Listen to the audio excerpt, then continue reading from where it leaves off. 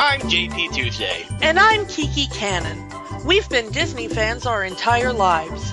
And now, as childless adults, we're undertaking a journey through the media that shaped our lives. Trying to find out if what made them special is still there. We are Rewatching the Magic. Greetings, Agent Canon. Greetings, Agent Tuesday. Well, we have a special mission for today. The final mission of our favorite agents is coming 2 days from now as this episode is going up. So it's time to look back at the series as a whole, especially the first mission. We are talking about Marvel's Agents of S.H.I.E.L.D. We are once again diving into the Marvel Cinematic Universe and the first MCU show to be for television.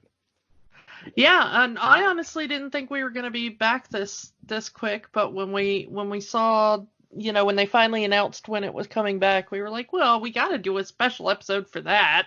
Yeah. The big decision was history. Yeah, it is. I mean, it's 7 seasons, and people were surprised it would go past the first season. I mean, the series started off pretty hot with the ratings, and then by mid-season, it started to drift off. And a lot of people were saying, no, they weren't pulling the triggers at the right. They were just waiting on pulling the triggers in the storyline. And we understood why. By the time it was all over, we understood why, because they had to keep things the same level they were at the movies. Like, they couldn't reveal certain things until they were revealed in the movies. Yeah, that was a bit of a hamper on the show because we were still in the first wave of the MCU at the time. Yeah, we were in phase 2 at this point. Oh, phase 2, right? It was aired just after Avengers. Yeah. Yeah. About a year after the Battle of New York. Yeah. And it's been interesting seeing how they kept the show tied in with the larger MCU. Much like the MCU itself, I think S.H.I.E.L.D. was a big bit of it going out on a limb for everyone. Yeah. Because I don't think we'd ever seen anything like this before, where there was a group of movies and a TV show at the same time, and they both impacted the other to some extent. Not as much the movies. The movies kind of ignored the events of the show entirely, but that was to the show's favor. As at least for the first few seasons, they were very content to be in the background while everything else was going on. Well, there are little Easter eggs occasionally to things that have been mentioned. There have been characters that have been on both the series and the movies. I'm forgetting the name of the character, but one character, the character that they were hanging over in Winter Soldier, the Asian, I forget the actor's name, the guy with the glasses. We're gonna find all of these potential threats: Bruce Banner, Stephen Strange, and he was like a regular in the first season of Agents of S.H.I.E.L.D. Yeah, and there, you kind of get little bits of like S.H.I.E.L.D. is off doing other things, like there's more going on there. And this was kind of like filling in the blanks that the movies had. Yeah, but for the most part, you are right that the movies had a greater impact on the TV show than the TV show had on the plots of the movies. But it's also understandable because the movies are the powerhouse there. Yeah.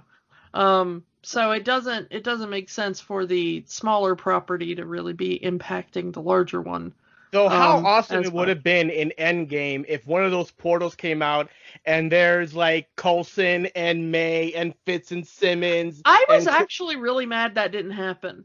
Like, just in the background. It doesn't even need to be focused on. But, in that big in-game sweep across where you've got, like, every character that's ever appeared in the MCU. Like, where the heck was Shield? You know? Where the heck were the Defenders?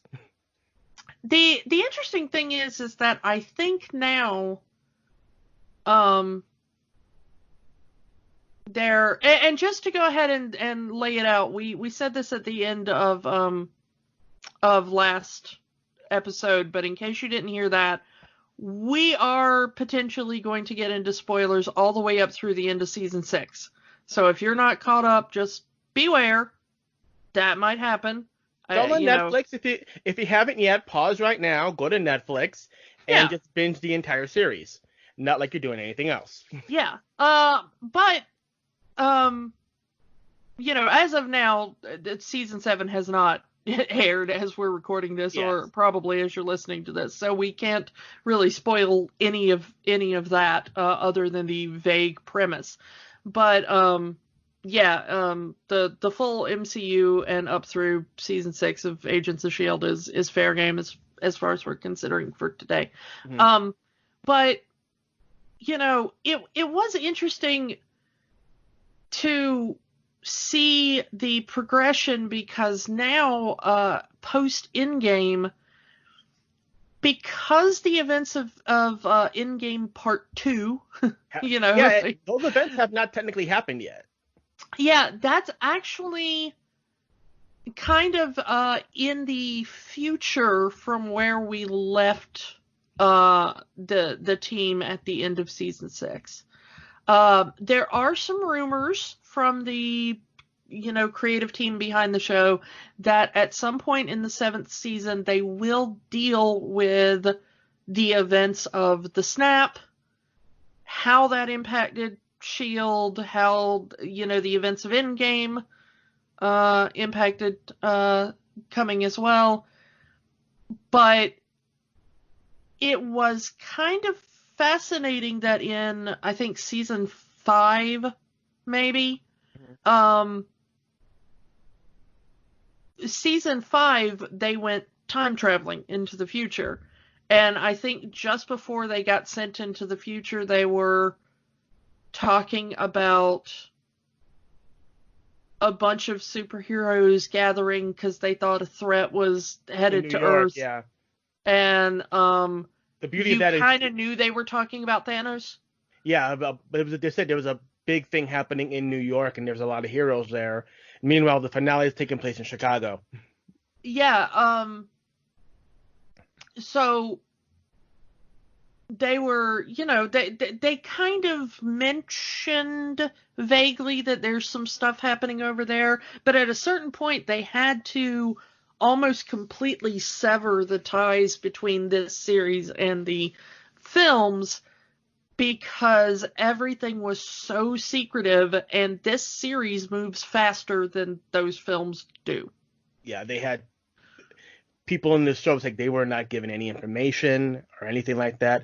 We got maybe at the end of season 5, we got one mention of Thanos. Yeah, I think they did mention Thanos just kind of in like a what's a Thanos kind of thing. Yeah, like Thanos is coming, there's a big threat happening, and we need you to protect it.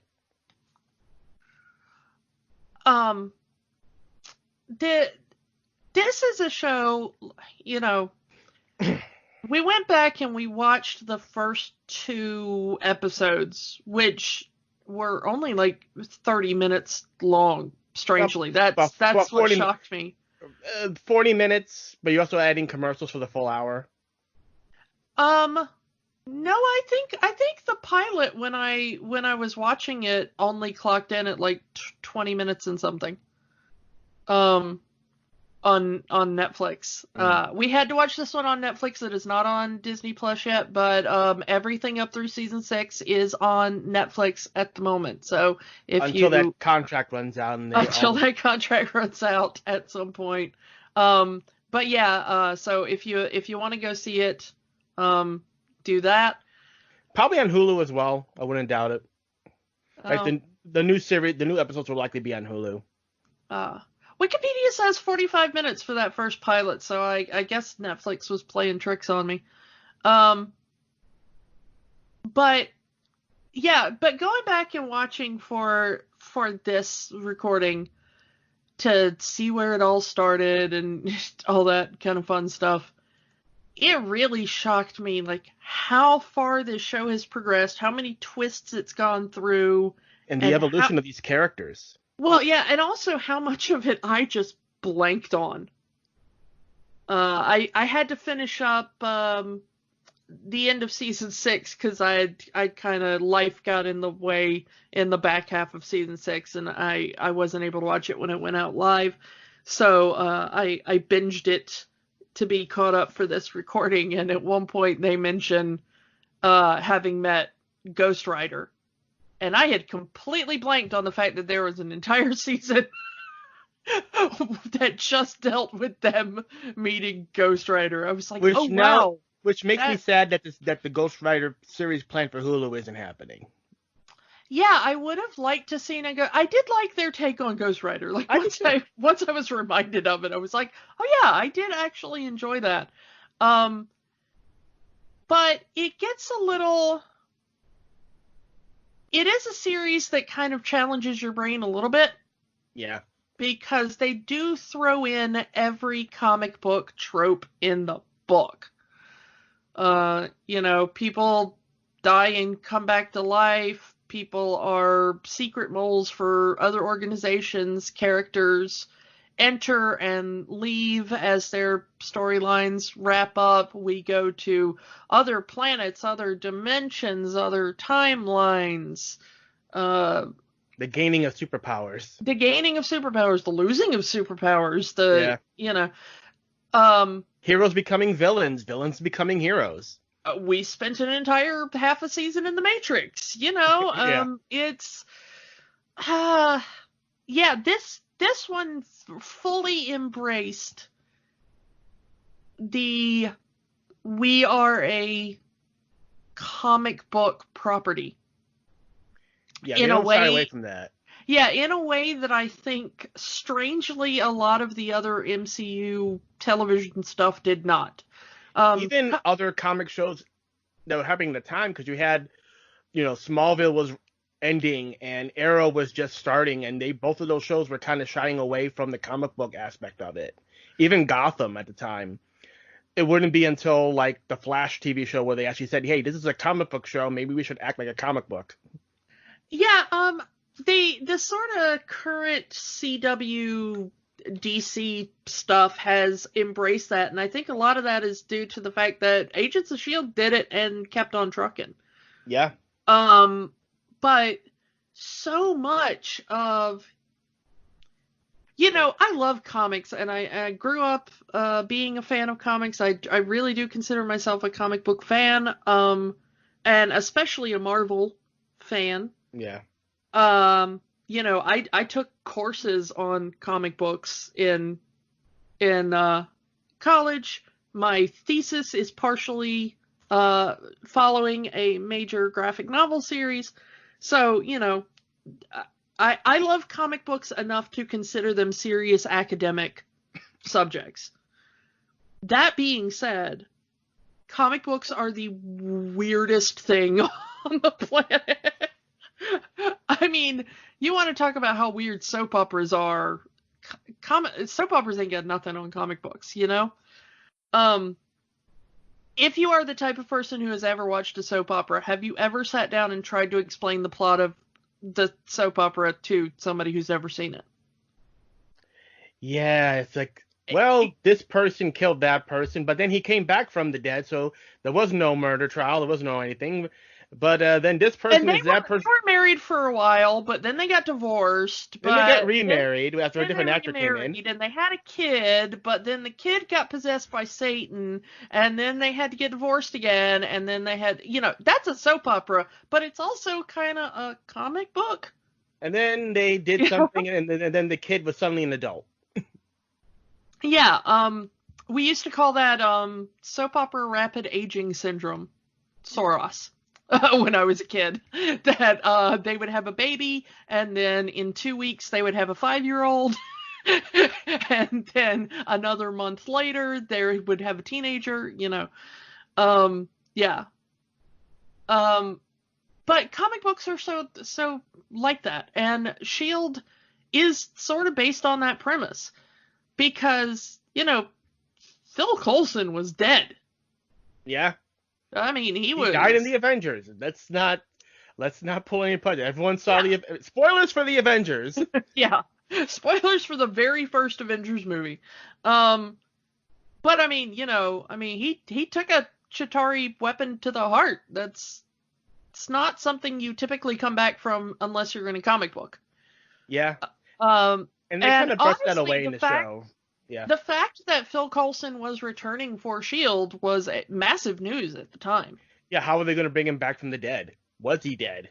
Yeah, was he dead? Was that like a gambit that Fury played? Like, had they played Loki?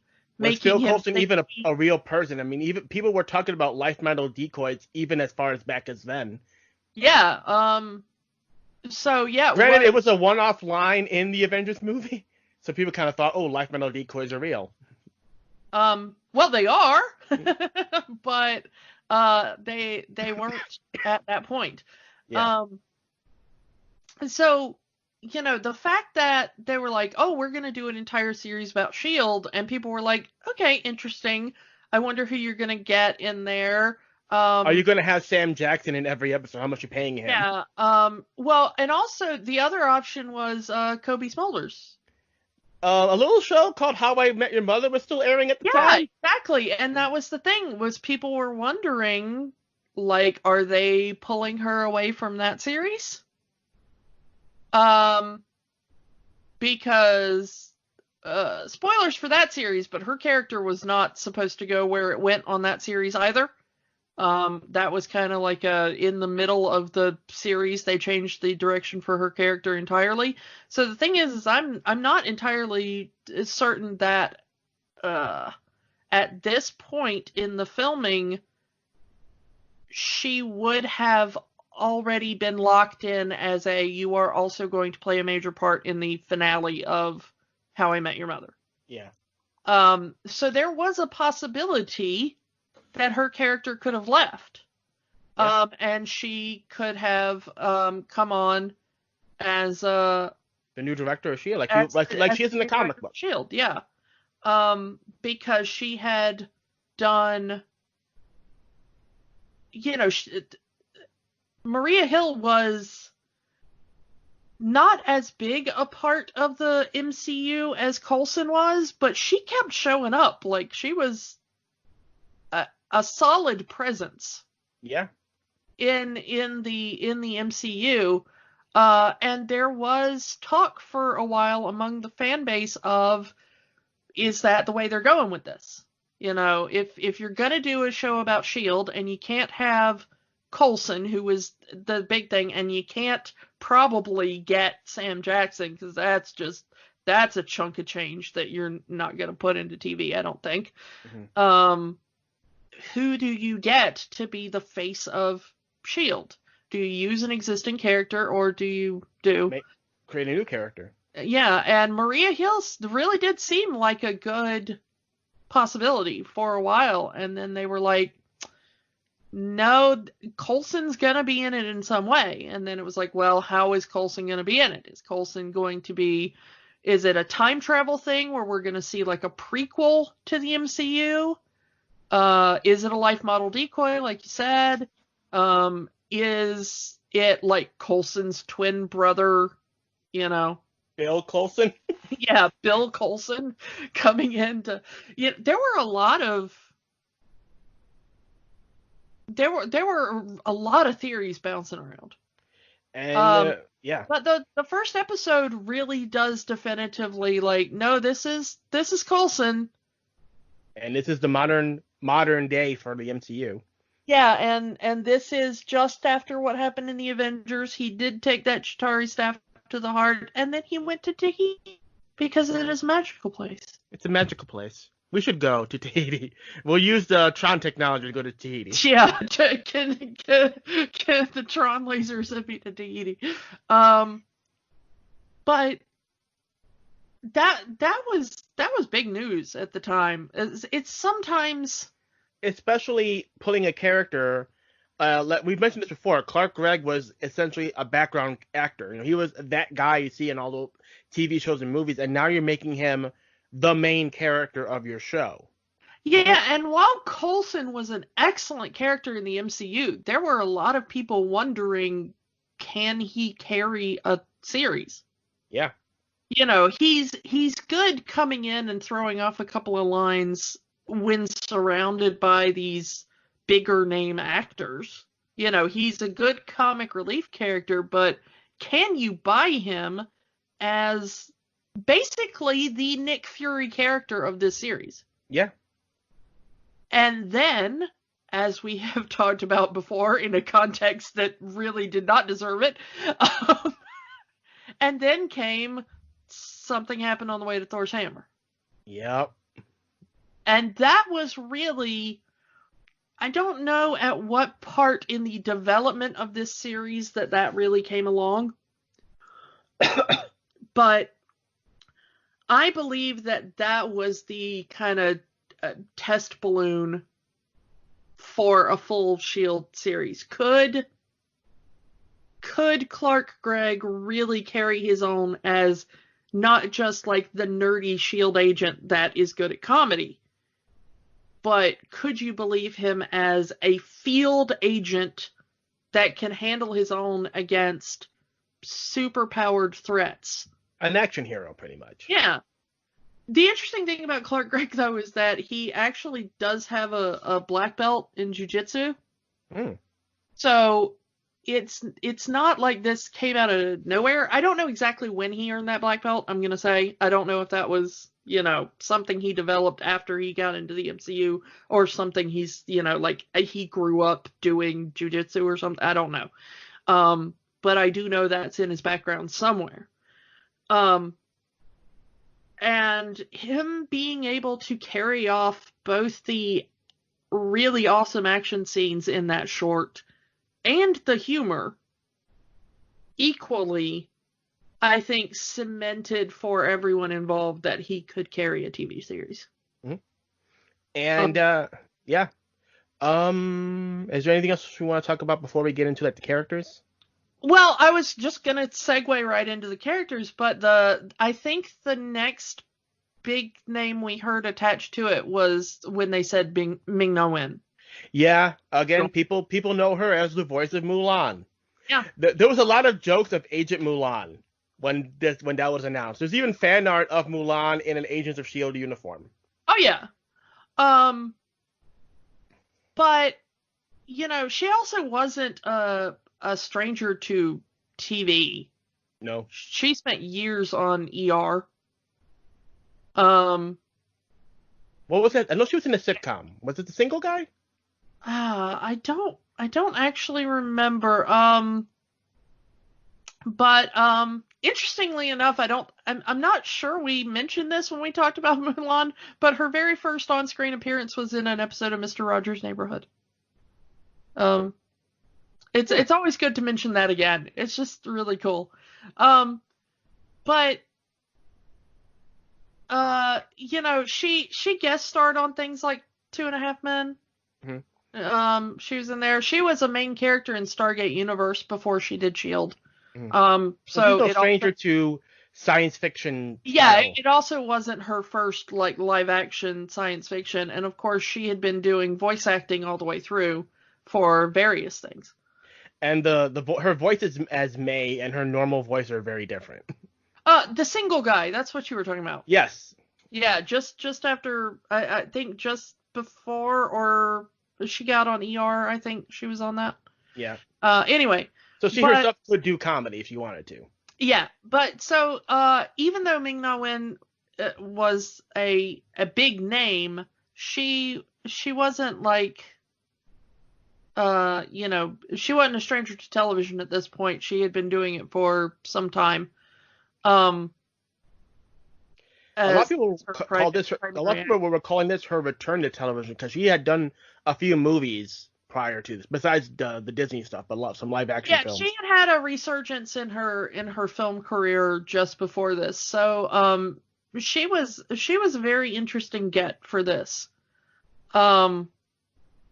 And I don't know. I didn't really know any of the rest of the main cast for that first season. Yeah, they were mostly unknowns. Yeah, but Clark Gregg and Ming-Na Wen were kind of the big ones. They were building the show around that kind of dynamic, I think. As far as in the original main team, Mm-hmm. The season 1 team. Yeah, the season 1 team, because the team has evolved and changed almost every season. Yeah. As characters have their story arcs, and some of them have left and some of them have not. Coulson and Melinda May, Ming-Na Wen's character, have stayed consistent more or less as far as the actors. Yeah. And then, of course, you've got the other big one would be Chloe Bennett. As Sky slash, spoilers, Daisy Johnson slash Quake. Yeah. The character with the most evolution in their character was Sky. Yeah, absolutely. I was really shocked going back and watching the first episode and going like, wow, this is so not the character I'm used to. A lot of the characters did have some evolution, but Sky, Daisy, has had so much change in that character. A character that it was never originally written to be. Daisy Johnson, Quake, a character from the comics. And it's almost like people were calling her Quake from the get-go. People were kind of, is this character going to be Quake? So it was. I had heard those rumors almost immediately that this was eventually going to morph into that character. They were gonna, when it was revealed her name was Sky, a lot of people were going like, but that's not Quake's name in the comics. Yeah, because it kind of started the same way that Quake's story started in the comics, of her being a hacker and kind of getting into S.H.I.E.L.D. kind of on accident. So it's like, it was the start of the origin. So people think, oh, is this going to be Quake? Is this going to be a different character? Maybe they're calling her Sky because they can't use Quake because they're going to use her in the films or something. Yeah, this was when there were still a lot of who owns what characters going on. They've consolidated a little more. Disney's been able to get the rights a little bit more. I'm actually not even sure this started production after the merger. I can't remember what the timeline is on that. Let's see. It debuted in 2013, and the Disney merger didn't happen until like 2018. Maybe 2017? I thought they had merged before Avengers came out, but I can't remember. It's been a long week at work, folks. I'm sorry. But so there was still a lot of which characters are they going to be able to use? They still had the problem, as they have only recently cleared that, of not being able to refer to mutants in the MCU at all. Mm-hmm. That was still, what was going on there. It's like, oh no, Scarlet Witch isn't a mutant. She's a miracle.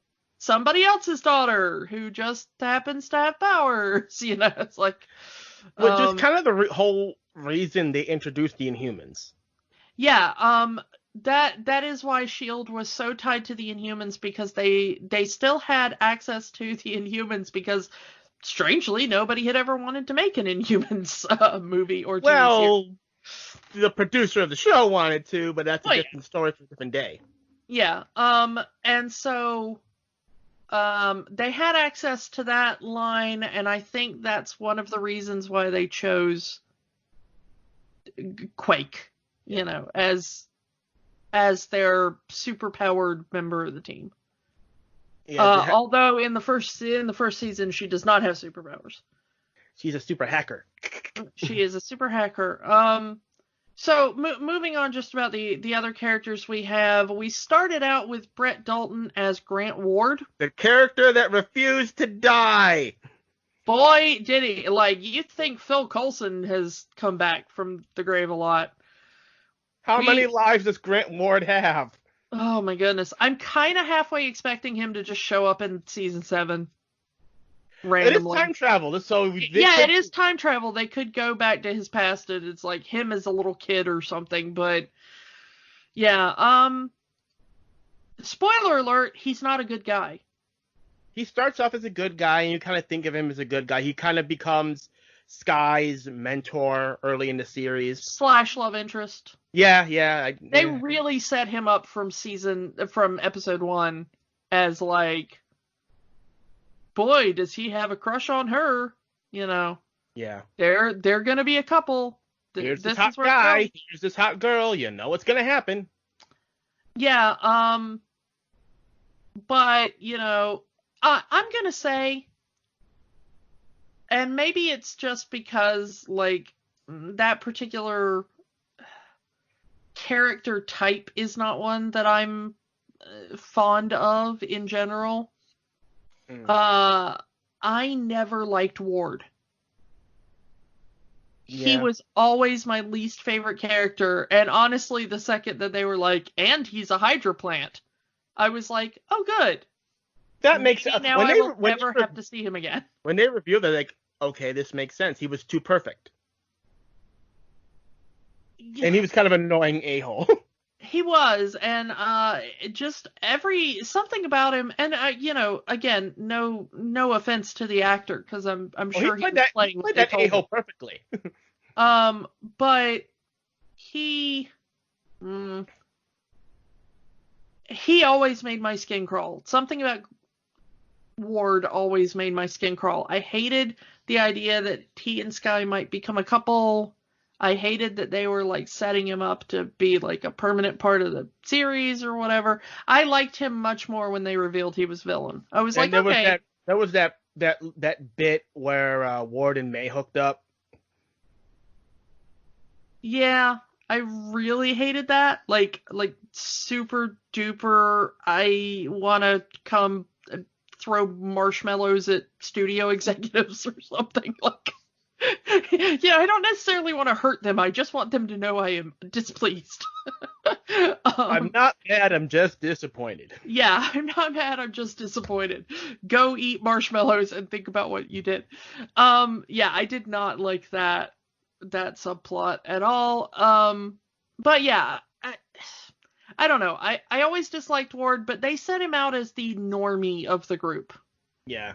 He was the default agent. Yeah, you know, hi, do you need a bland white guy for your series? We have bland white guy 2.0, like, you know, just, you know. Yeah, the characters I immediately took to, though, are the last two and still continuing members of the team. We got Ian DeKesticker. I'm not sure if I pronounced the last name correctly. Apologies if I didn't. As one half of Fitzsimmons, and Elizabeth Henstridge as the other half of Fitzsimmons. Leo and Gemma, the OTP of the show. So much so. I was rooting for them more than I was rooting for Sky and Ward to get together. Oh, honestly, I've always been kind of bored with the Quake storyline. It's just, I don't know. Anytime you set up a character as this is the main character in a series like this, they're going to be my least favorite character. Because they're supposed to appeal to everybody. Yeah, Buffy the Vampire Slayer is by far my least favorite character on Buffy the Vampire Slayer. I would watch a series about almost any other character on that. And then who was my next least favorite character on Buffy the Vampire Slayer? Angel. Who then became my least favorite character in the TV show, Angel. So there's this idea in Hollywood that if you have a main character, they must be a everyman blank slate that the audience can just insert themselves into. And what that means is that the main character ends up incredibly boring. Because he's supposed to be everyone to everybody. Yeah, because you can't be everything to everybody.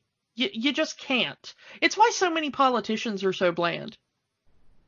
Because they try to be all things to all people in order to appeal to all sides. And you can't have a personality if you're trying to be beloved by all. Yeah, so let's talk a little bit about the characters. Fitz being a engineer and Simmons being a biochemist, and those two have been linked pretty much since their Shield Academy days, which is why everyone refers to them as one name, Fitzsimmons, because there are people who generally believe the two share a brain. You have no idea what that's like, Kiki. The inside joke. Inside joke. But I did like the setup for this character for the first, until we actually meet them, is that you are led to believe there is just a team member named Fitzsimmons, probably a man, that Ward has to go meet. And then the team is Coulson, Melinda May, Ward, and Fitzsimmons. And then you meet them and you realize they are Fitz and Simmons. And I loved that reveal at the time. Yeah. That this, because I tried to stay away from spoilers for this when it first came out. Like, I knew little bits about the casting and whatever, but I tried not to read too much about it because I wanted to just let it be its own thing. And that Fitzsimmons reveal, I remember being like, oh, that's cool. That they're just the science team, Fitzsimmons. Yeah. And honestly, even though the fandom kind of immediately was like, now kiss, the show really didn't. They dragged it for a while, for at least the first half of the series. They didn't really, like, you had a feeling that Fitz had a crush on Simmons, but that Simmons was completely uninterested in him, and then eventually it looked like, and then you discovered that they, like, kind of had a crush on each other back in the academy in the first place. Yeah. But they are by far, if I hadn't seen Coulson in the films, if I hadn't already kind of gotten a love for Coulson, I think it would be easy to say that Fitzsimmons is my favorite part of the show. Yeah. But they're probably my favorite characters that were created for the show. And, they eventually became parts of the comic book characters. They were integrated into the cartoons with these two actors doing the voices. Yeah. There's a lot of stuff from the S.H.I.E.L.D. TV series that it's kind of retroactively been added to the larger Marvel universe. Not just the MCU, but just other forms of Marvel in cartoons or comics or whatever. Yeah. Kind of how now every drawing of Nick Fury has to look like Sam Jackson. I mean, in one of the Spider-Man cartoons, Coulson was the principal. Yeah. I like that. I like that they're trying to be more coherent with it. And I don't want it to get too far. This is unfortunately my beef with as I mentioned before, the CW DC shows. That you have to watch every little thing. They are too connected. It is impossible to kind of watch one of those series without watching the others, because they'll just mention major plot things from a completely different show and expect you to understand it. So it's like, if you watch Arrow, but you didn't watch The Flash, sometimes it's difficult to follow the plot of Arrow because all of a sudden the Flash comes in just bringing like half of his plot in, and you're like, I have no idea who any of these characters are or why I should care. But the problem is they don't bother to explain it. And I think you're lucky if you get that little better. That little bit at the beginning of previously on Arrow and The Flash. Yeah, so sometimes you'll get that, but I tried to watch, and this is my own personal beef, some people love it. I'm not, I'm not going to knock it if you do, but this has been a barrier for me. I tried to watch, what's the time travel one? Legends of Tomorrow. Legends of Tomorrow, because I really like time travel series. I like that, thing. And it had an actor from Doctor Who in it. And I thought, okay, I don't watch the other DC shows, but this looks like a thing I would be interested in. And I tried to watch the first episode, and I was like, I have no idea who any of these characters are, and they're not explaining it to me. And when I made that complaint on social media, people were like, well, but this person was introduced in season 3 of The Flash, and that person was introduced in season 4 of Arrow, and this person had a whole story arc on what, and I was like, but I don't watch any of those shows. And they were like, well, then why are you watching this show? And I'm like, because this show is the one that has the concept that I'm interested in.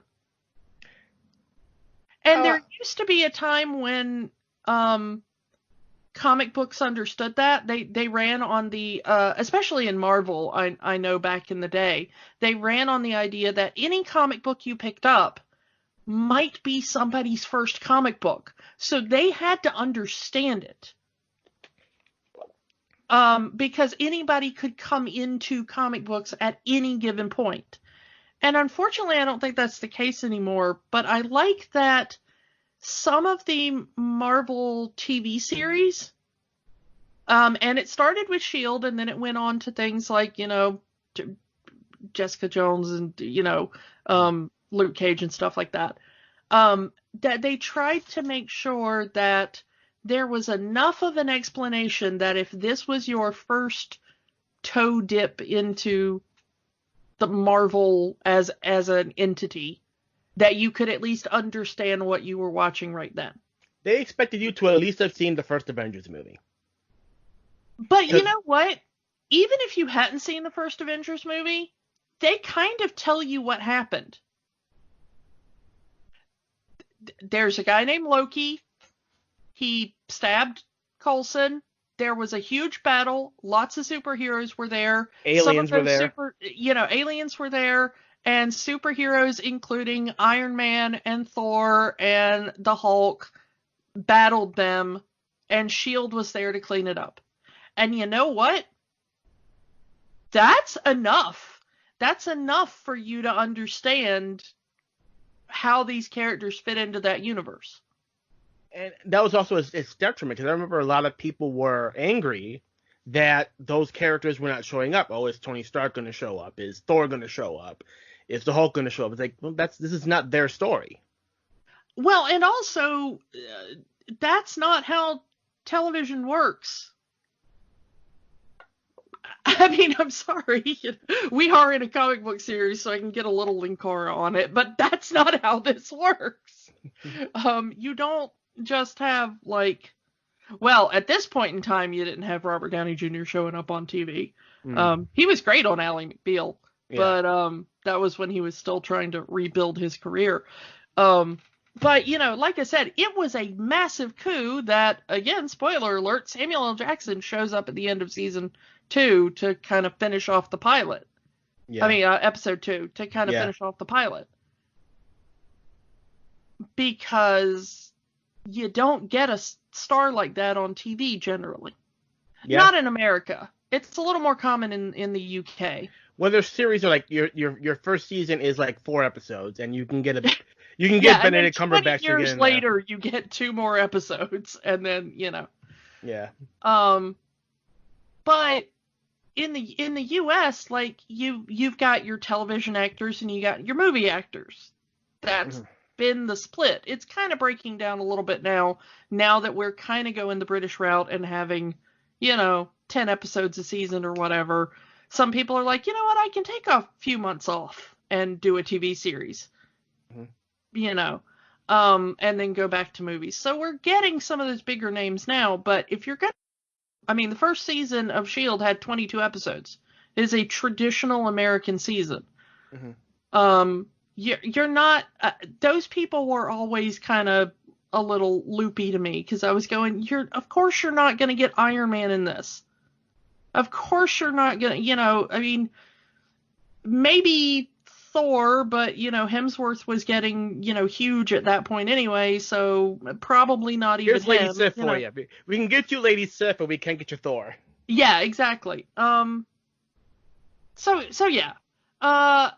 I always thought, even at the time, those people were not following the plot of this. That, like, no, that's not. Be happy you got Nick Fury in the first episode. Yeah.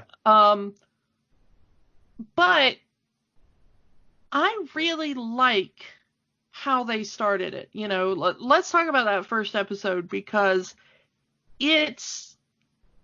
while I was shocked at how little I remembered of some of these things, like, oh yeah, Ward was on the team eventually and they thought he was a good guy and he hadn't spent like 3 seasons torturing them as various supervillains. Yeah. But seeing Skye is this kind of like, because I mean, she's Daisy now, that like they've just recently in season 6 mentioned the name Skye kind of in passing, but she's been one Daisy. of the actors who one of the characters we hadn't seen in like 4 seasons came in. Oh, Skye, how are you? Oh, it's Daisy now. Okay. Yeah.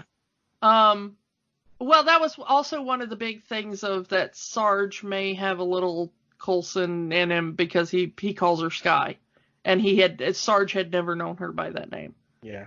So it's little things like that, but seeing her as this like idealistic, happy little hacker who just wants to take down the man. It's so naive and like, we gotta go tell everybody the truth of everything and release all the secrets to the world and stuff. Like, I had kind of forgotten about this like rising tide group that she was supposed to be part of, because they dropped that story like a hot potato.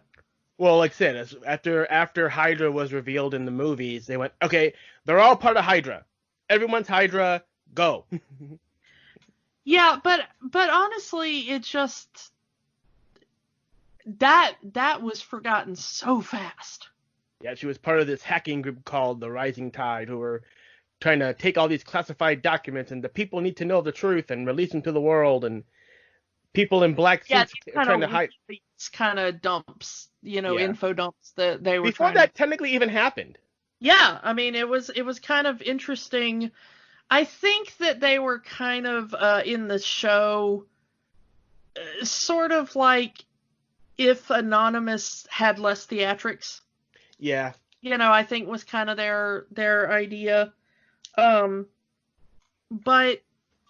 it worked for a few episodes, and they make you think at the end of the premiere that like, oh, Skye is a mole and maybe she's working against S.H.I.E.L.D. It's like, nope. Yeah, well, that was another red herring that they wanted to throw in there to keep people watching. Yeah. Interestingly enough, I do kind of wonder how Ward, there is a scene in the first episode where they give Ward a truth drug. Yeah. And Coulson just leaves him alone with Skye and is like, ask him anything you want. And I'm very shocked that she never thought to be like, so what do you really think of S.H.I.E.L.D. and its mission? Because that should have stopped that, like, Hydra implant real fast. It's possible that the Hydra implant wasn't even activated, so he genuinely believed himself to be a true S.H.I.E.L.D. agent. Maybe, but also I kind of wonder, like, is this drug just a normal part of, like, because that seems like something S.H.I.E.L.D. would do. And I just love the fact that, you think he's going to give it to Skye, he gives it to Ward, and the actor just shows up some nice comedic aspects of him. Like, I'm only being brave because a beautiful woman is in the room. Yeah, and I do wonder, in retrospect, when you're looking about, you wonder, like, did they already plan to have him be Hydra at this point? Or were they just going like, well, one of these characters is eventually going to be a traitor and we'll figure it out along the way? That's what I always thought, that one of these characters is going to be a traitor. And in these first 2 episodes, we're led to believe that it's going to be Skye. Like, she got her way into S.H.I.E.L.D., likely, we're supposed to believe that she got herself caught on purpose to get in, and then she's working for the enemy or whatever. And obviously, we find out it's Ward. They wanted somebody to be the traitor. I don't think they even knew who it was going to be. Well, the interesting thing is, I'm just talking about like the writing team and the creative team. When they're planning this, did they cast, we need an actor for this part, and eventually we're going to reveal it as a traitor? Or did they go like, we're just going to cast all these parts, and eventually somebody's going to be a traitor, and we'll figure it out based on who we think would make the most convincing supervillain? Based on audience reactions or something. Yeah. And the interesting thing is that pretty much all of these characters have served as a villain at one point. At least the actors have. Yeah. Though, Skye kind of loses control of her powers at one point. Yeah, during the Inhuman storyline, Skye becomes kind of a supervillain that they have to hunt. Dr. Fitz? Yeah, Fitz in the Matrix as the leader of Hydra in that world. The actor did an incredible job in that. Yeah. And they brought that character back in season 6 for one episode to hilarious effect. Even the shady the shady backstory of May. Yeah. How did she end up being called the Cavalry? And that kind of. Why is this top agent working at a desk? Yeah. And when that episode aired, when you found out why, you understood. Yeah, your heart broke for her when you found out the full story behind the Cavalry nickname. And in season 6, Clark Gregg plays Sarge. Yeah, one of the main villains of the entire season. I don't think Simmons particularly has like an extended supervillain run. One episode. They tried to make something up for season 6 if she had a nightmare persona. Which led to one of the funniest visuals I think S.H.I.E.L.D. has ever had as a series. I didn't think you liked that. I didn't think you could do that. Yeah, with just the evil versions of Fitz and Simmons just getting it on in a corner.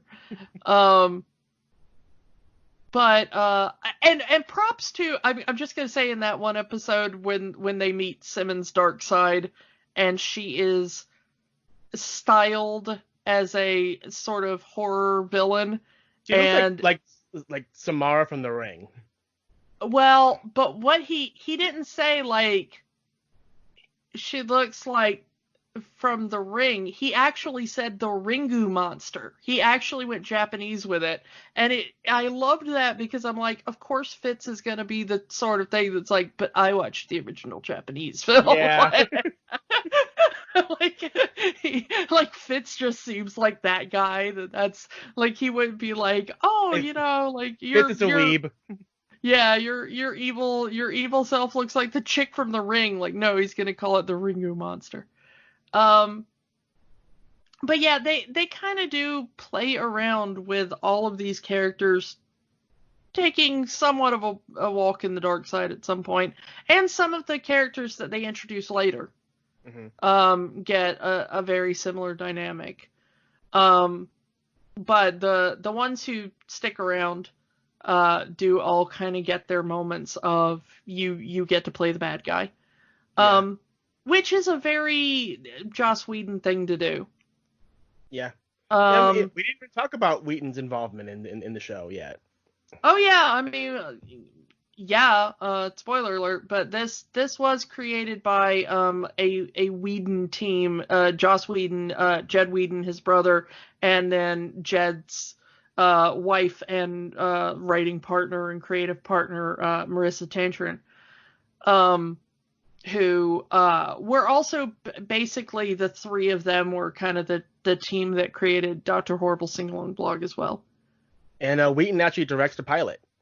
Yeah, Joss did come in and direct the pilot to get the tone set, and also to lend his name to this is a Joss Whedon thing. But honestly, after the first season, probably even the first half of the season, he really stepped back creatively, and this has been Jed and Marissa. Yeah, I mean, he was there as a creative consultant, and I think he still kind of is, but it's more of a silent producer role. Yeah. But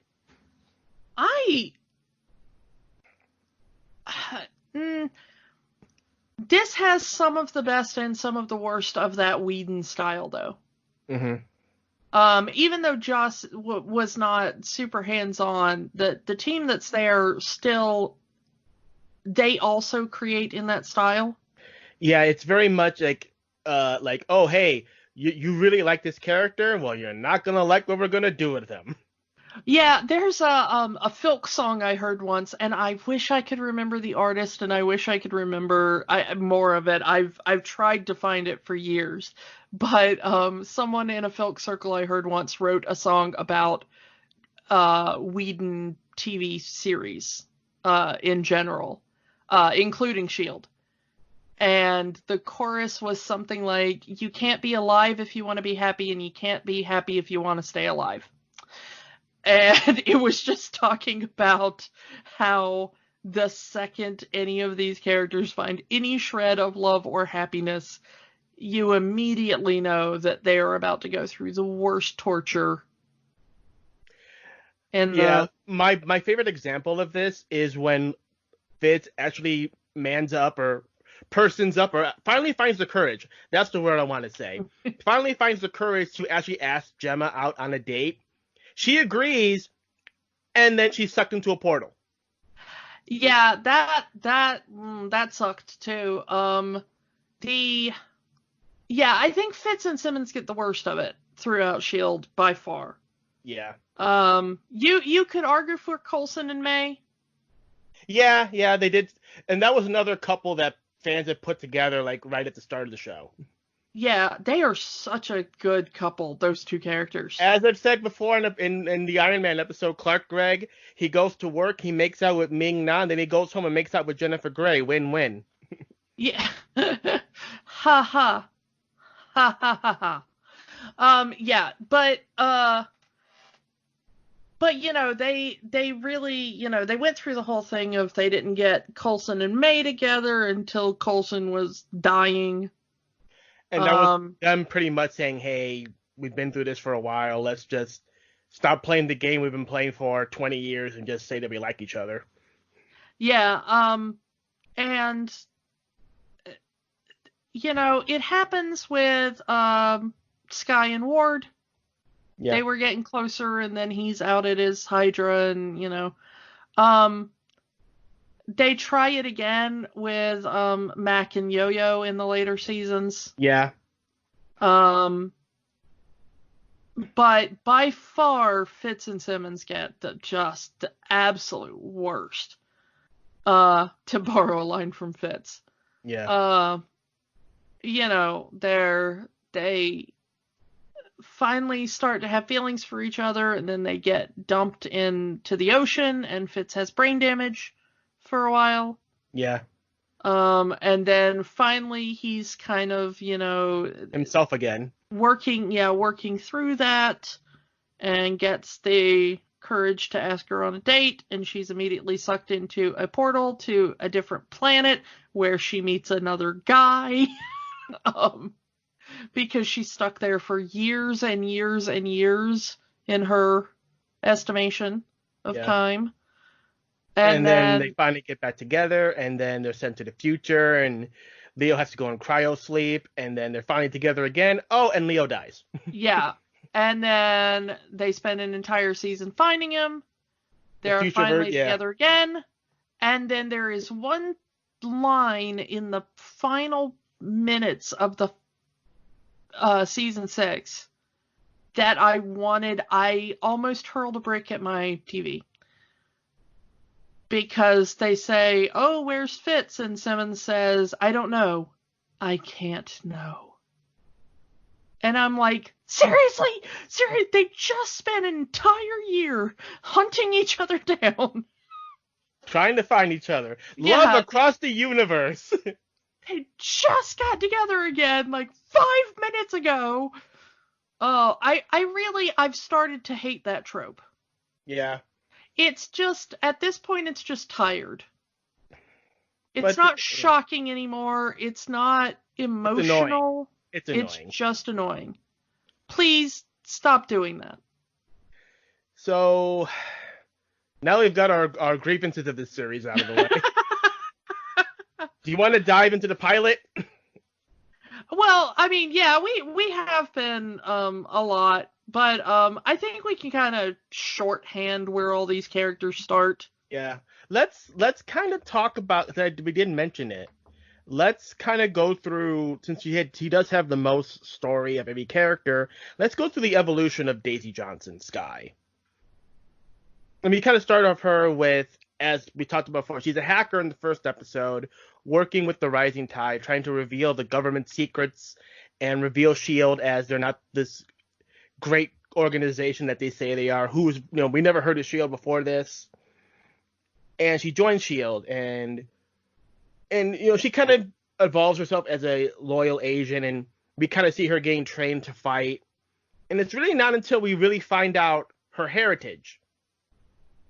But when we find out that her mother is an Inhuman, and her father is this Jekyll and Hyde type of character. Yeah. Yeah, they did kind of bring out her past very slowly over the first couple of seasons. And a lot of it had to do with with Chloe Bennett's own nationality. She did an interview about this. Like, Chloe Bennett is half Chinese, half American. And actually had a bit of a career in China as a pop star. So when she got on the show, and they eventually, that was kind of, there was one scene in one of the episodes where she kind of fantasizes her parents as being Coulson and May. Yeah. And because that was one of the things about Sky, that she doesn't know who her parents are. She has no memory of her family at all. Now we finally find out that she is a descendant of an Inhuman, and they did actually cast an Asian actress to play her mom, and an American to play her father. And then due to events that, I don't know, she actually is exposed to the Terrigen gas that gives Inhumans their powers, and she gets powers. She becomes Quake. She has the ability to cause earthquakes. Finding out her birth name is actually Daisy Johnson, and straight up says, "I'm not Sky anymore, I'm Daisy." Yeah, and that was part of her, like, is she going to be a villain now? Yeah. Because she does leave S.H.I.E.L.D. for a little while and is not... There's about a season there where she's not necessarily part of the S.H.I.E.L.D. team, and they're kind of chasing her around. Goes rogue. She pretty much becomes a vigilante, but she's also a rogue super person, and it's part of S.H.I.E.L.D.'s job to round up these super people so they don't hurt anyone, which is kind of the big thing about the first episode with Deathlock here. Yeah, Deathlock, of course, played by a previous Whedon, J. August Williams, who was previously on Angel. Yeah. Also, interesting in that first episode, an interesting cameo by Ron Glass, from Firefly, another Whedon alum. They pop up every now and then. Yep. But we kind of are led to, at least I was led to believe that J. August Williams was going to be like a big part of the show. As was I. That he was also going to be part of the team. And he does become a recurring character throughout the entire series, especially him being a full agent in the Matrix world. Yeah, but he's never part of the main team for any real length of time. He'll be there for an episode or two, and then he'll just go off and do his own thing. And I honestly still to this day think that was a lost opportunity. Would you rather have Deathlock or Mike Johnson as a character, or Mike Peterson as a character over what we would later get with Mac? Well, I like both characters. But I know that they wanted to start out at least as these are the normal people in an abnormal world. Mm-hmm. So they made it seem like these are the, boilerplate humans, the non-powered, plain everyday ordinary humans that have to work in a world that is increasingly more and more dangerous to humans. And again, that's a big thing about the and they kind of even invoke some bit of racism in a way, like Mike Peterson is a black man saying, if we did everything we were supposed to do, that you would reward us, and now here are these gods among us, and now we don't even have a chance. But it also brings a little bit of sexism in there too. Yeah. Because he's talking about and capitalism. I mean, there's a lot of isms in here. Yeah. And honestly, right now, given what is going on in the world at the moment, boy, did this hit home. Also, as a millennial, because us millennials, we got issues. But his whole rant about all my life I was told just work hard. Find a job, do as much labor as possible, be a man. Yeah. And you'll get the good life. And maybe not like the pinnacle of life, but you'll be taken care of. You'll be stable. Yeah. You will have a home and a family, and your children will be able to eat, and your children will be. And I like that we kind of start out with, Marvel was always of the big two, Marvel was the comic group that wanted to really delve into deep issues. Yeah. Societal issues. They wanted to talk about racism, and they wanted to talk about injustice, and they wanted, nobody ever questions why Batman spends all his money on bat gizmos instead of funding public works projects in Gotham. Yeah. In the context of the comic book, nobody really wonders about that.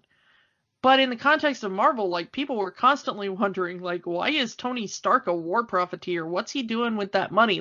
The Iron Man suit is great, but you could do so much more with it. And even you have Spider-Man who's selling photos of himself just to pay the rent. Yeah, and they really did try to get the,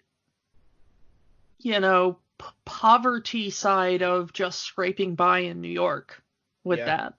And it's the same here, this show starts out with, I know they were trying to introduce a lot of characters and they really didn't do as deep a dive as you would hope they would, but you immediately see that there are people in this world, both squeezed by what is going on in the MCU, in the fact that this is a comic book universe now, and there are aliens and gods and men with metal suits flying around. I mean, it's just rich men with metal suits. This is a world that just a year prior got told that not only aliens exist, but aliens want to destroy our planet. And also gods. Yes. Thor is there, and you can argue whether or not the Asgardians should be considered gods. But it is very clear in the history of Marvel Comics that the Asgardians came to Earth and served the role to inspire the myths of various pantheons. Yeah, I mean, they even make a joke about it in the episode where Ward says, "I don't think Thor's technically a god." You haven't been in the same room as his arms or whatever. Yeah. I think the lightning is more impressive than the bicep, but sure, whatever floats your boat there, Maria. But I like that Mike as a character starts off as a guy that's been pushed to the breaking point. You know, he just wants to provide for his son. Yeah, he only took this medical experiment thing because he had injured his back at work and his boss treated him horribly and fired him. Yeah. He didn't get He didn't get taken care of. Well, yeah, he didn't get the safety net of, workers' comp. Mm-hmm. His boss figured out a way around that. Yeah, probably didn't have a union. Probably didn't. Unionize, folks. Join a union. Join today. But it's immediately portrayed as a sympathetic character, even though he's kind of the quote-unquote bad guy in the first episode. Yeah, and that's the beauty of it, is that he believes himself to be the hero. And the best villains are those that believe that they're the hero. But also, he's never a villain. He takes, because of the chemicals in his body, he kind of grabs Sky and says, hey, you're going to help me. Yeah, but he doesn't actually hurt her. I guess he's just seen as a villain because of what's going on, but he's never actually villainous. He's definitely seen as a threat. I'm not sure that really most people would see him as a villain. Even on the team, I think Ward sees him, maybe. But, he's Hydra, so that kind of makes sense. Mm-hmm. But, they're talking about the extremist drug. From Iron Man 3, which is, again, a nice reference. Yeah, is that this drug is in his system. It's playing havoc with his mental state, his hormones, and it will eventually, if he gets agitated enough, lead to him becoming a bomb. And the fact that they used the same special effects from Iron Man 3 in the show. Yeah, that was a good. But I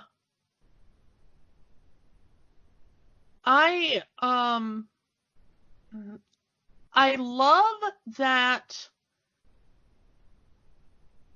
it shows that the S.H.I.E.L.D. team is not just guns a-blazing. Yeah, Coulson's big thing is that I'm not going to let this man die. I'm not going to have this son lose a father. Yeah, and you immediately are like, okay, when Coulson tells Sky at the end of that first episode, you can help people. We have already seen that in action. Yeah. They chose the non-lethal option. They chose the option that would not only save the public at large, but also save the quote-unquote bad guy. Yeah. And that was the big thing. Coulson did not want... I guess because Coulson knew this guy was not bad. He was just a father that wants to provide for his son. He wasn't trying to hurt anybody. He just happened to be that way. So he was going to protect this guy and do what he could. And luckily, Fitz and Simmons were able to figure out the cure for extremists because they couldn't really ask Stark for it. Yeah. Stark was going to share that. Yeah. Though it would have been a much shorter episode if they had said, hey, I'm going to call Stark and see what we can do. Yeah. That was another big thing, is that Coulson is very adamant that no one knows that he's alive, that the Avengers don't know that he's alive. Yeah, that too, but also he does play into it was Fury's gambit. At the beginning of the episode when he was like, but we were all told you were dead. By the way, I just gotta say, Coulson has the best entrance into a TV series, I think, of anyone ever. That light bulb was out. It's really dark. Yeah, I love that it immediately sets the tone for the series as they're, giving Ward the debriefing and Maria Hill's, talking to him and, here's what we're going to do here and here's what we're going to do there. And then she's like, what do you know about Coulson? And he's like, well, I know Coulson's dead. because I've got level 6 clearance, and they told me all about Coulson when I got to level 6, and then Coulson just steps out and says, "Welcome to level 7," and he was hiding in a back, like, a dark closet or How something. long was he hiding in that corner, you think? Yeah. Just to have the dramatic entrance. You think, like, Ward's on his way up. I don't want him to see. I'm gonna go unscrew the light bulb in there and hide in the dark corner. Because I love that one of the things that we found out about Coulson during the course of the MCU was just how much of a nerd he was. Yeah. I mean, And he collects Captain America trading cards. Yeah, the Captain America trading cards from Avengers and stuff like that you finally start realizing. And then when it gets into the series, you find out that he's collecting old SHIELD tech like Lola. Yeah. Because he's nerdy. I hope we see Lola come back now that we're time traveling back to... Even the bus, the plane they're on, they said it was...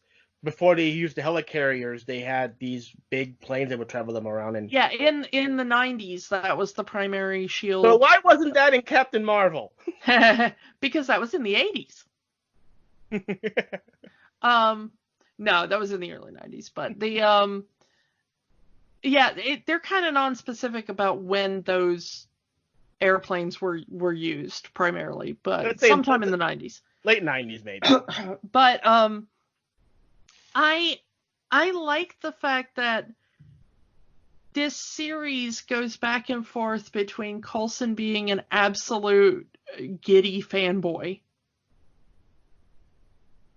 and being like the most terrifying thing to come across in a dark alley. I like that he straddles that line. Mm-hmm.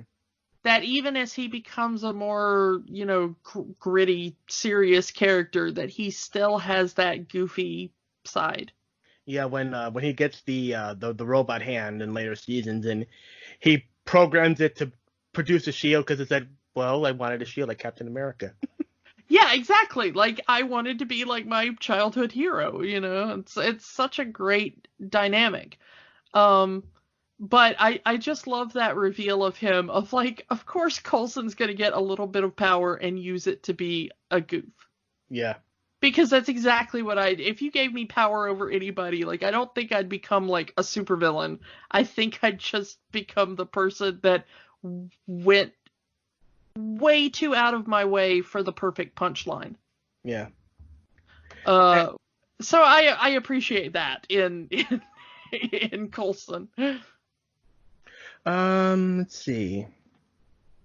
I think that's all we can talk about that episode. I mean, it's a pretty good first episode. I would say in terms of this is the introduction to these characters and the world of SHIELD. I mean, maybe if it was I think it was the right length. Having it be like some pilots being like 2 parts or something like that might have been overdone it. Yeah. It also, rewatching it just felt like it went so quick. Yeah. And again, we didn't mention it. We haven't mentioned it for this episode, but Colby Smulders is here as Maria Hill. Yeah. We talked about that. Yeah. So not much. I mean, this is pretty much it. It's very much the first part of the pilot. I know they're technically like 2 episodes that we're talking about here, pilot and 084. Mm-hmm. But the first part of the pilot is I think it's just more of like we need to find a way to get these familiar characters together. Most of these people have seen the movies. Let's get characters that they would know from the movies. Yeah, so they start with Maria Hill, mm-hmm. and then they end with the big, post credits. And that's another thing we haven't talked about. That SHIELD has taken the post credits from that was popular with the Marvel movies and kind of done it in their episodes. Yeah, it's an episodic thing that you just know that when that logo hits at the end that you don't turn away because there's still another 30 seconds of Yeah, you get a episode. 30-second postscript of what's going to happen. And Yeah. some, like I said, shows like The Flash and Supergirl have taken that and made it part of their show as well. Yeah, I think it can be overused, but I think S.H.I.E.L.D. uses it to the exact right amount. Mm-hmm. And sometimes they won't have a post episode scene, but usually that'll be on the aired version. It'll be like the trailer for the movie or some sort of clip from the movie, from the upcoming movies. Yeah, they have used it occasionally to promote, the next part of the MCU in theaters. Usually when they interact with, like, for example, there's an entire season where Coulson is looking for an object. We don't know what it is, and finally we find out that it's Loki's staff, and it's going to lead directly into Age of Ultron. And then they come back, and here's like a special clip from Age of Ultron. Yeah, I did like that when they were promoting some of these seasons, that they would be very upfront about, the next season of S.H.I.E.L.D. is coming back. Go see, Captain America, Winter Soldier or something. It's like they would be very clear in, go watch that film if you don't want spoilers for the film, because this season is going to talk about that, like, from the beginning.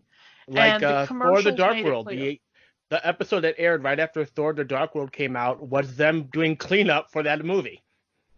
Yeah, and they've worked on the timing really well, especially in the early seasons. When it got closer to, the Thanos storyline resolving. That had a lot to do with them pushing up the release of Infinity War by a few weeks. Yeah, so the timing of the episodes got because they pushed up Infinity War's release date by like a month, and that kind of ruined their timing with S.H.I.E.L.D. But they had to do like a whole time travel season just to keep from giving spoilers because you can't keep it in the same time anymore. Yeah. When you have an event as big as the Snap, and then you have 5 years later, coming back into Endgame, you can't keep it on the same timeline anymore. Nope. So having that, we were in the future at the time. Yeah. Is a pretty good cover for that. It's kind of interesting though that it never really gets mentioned in the future as part of its history. Well, they did undo it, so But the thing is they brought people back, but they didn't undo the Snap. It still happened. It still there were still 5 years where all of your people were dead. Well, considering Quake blew up the world, I think that becomes a bigger issue. Yeah, but it is interesting, things that future still has from the past of humanity. Mm-hmm. But that's the big thing. Do you still have tacos? It's mm-hmm. But that time that half of and also they were being, that wasn't just an Earth-based phenomenon. That was the entire universe. Mm-hmm. So when the Kree are there, did the Kree overlords never say and that time that half of our population turned into dust and then came back 5 years later, Again, that had a lot to do with the producers of the show not being clued in. Well, yes. I think they probably had a little bit of an idea maybe, but that they just really weren't allowed to use it. Mm-hmm. I have a feeling that Jed and Marissa probably were told parts of it. Don't do this, don't do this, don't do this. You can't reference this, that, whatever, but I don't know how much they were told themselves. It would seem like such a recurring series would have to have some kind of knowledge of what's going on in the various phases of the MCU. And even then, the SHIELD team being lucky that all of them survived the snap, But did they? Because I think the show very clearly sets up that they weren't there. They were already transported bodily into that future. Mm-hmm. So when the snap happened, they weren't there to be affected by the Infinity Gauntlet. We know Maria Hill was a victim of the snap. As was Nick Fury. As was Nick Fury. But they weren't there to see that. Mm-hmm. And it seems like the timeline gets a little weird, though, in season 6 because they're back. But are they back before the snap? Are they back in the middle of the snap? We don't know how long they've been gone out of that. They've been gone long enough that Fitz was launched into space. Yeah, interestingly, I think Fitz would be the only one that might have been subject to the 50-50 of the snap. Yeah. Because he was in cryostasis at the time and technically still in that timeline. Yeah. So good thing for the future that but plot convenience. Yeah, plot convenience. But I'm not entirely sure they ever mention in season 6 exactly when in time they are. I don't think they can because they don't want to. We know it's sometime in that 5-year gap. We don't know when, but we know it's sometime in that 5-year gap. But if they're in there in that 5-year gap, then you would think they would have been talking about the snap because it impacted every facet of. I mean, if 50% of all life on the planet just suddenly disappeared. I don't know. Again, we don't know how much the producers and the writers knew, or even if they could even reference it. They may not even be allowed to. Yeah, I don't know, but apparently they are eventually going to reference it in season 7. So I'll be interested to see how they resolve that. Where exactly in the timeline are we? Yeah. And of course, with SHIELD, multiple universes are also a theory because they really harp on that at certain points in season 6. Which directly contradict Endgame. Yeah. Well, I know that Strange says that he talks about timelines and stuff, and they refer to it as timelines, but I wonder if just Strange doesn't understand necessarily the multiverse. Well, he had only been the Sorcerer Supreme for 2 years at that point? Yeah, I mean, he's still very new to all of this, so maybe. And how long was the Ancient One had the job? At least 100.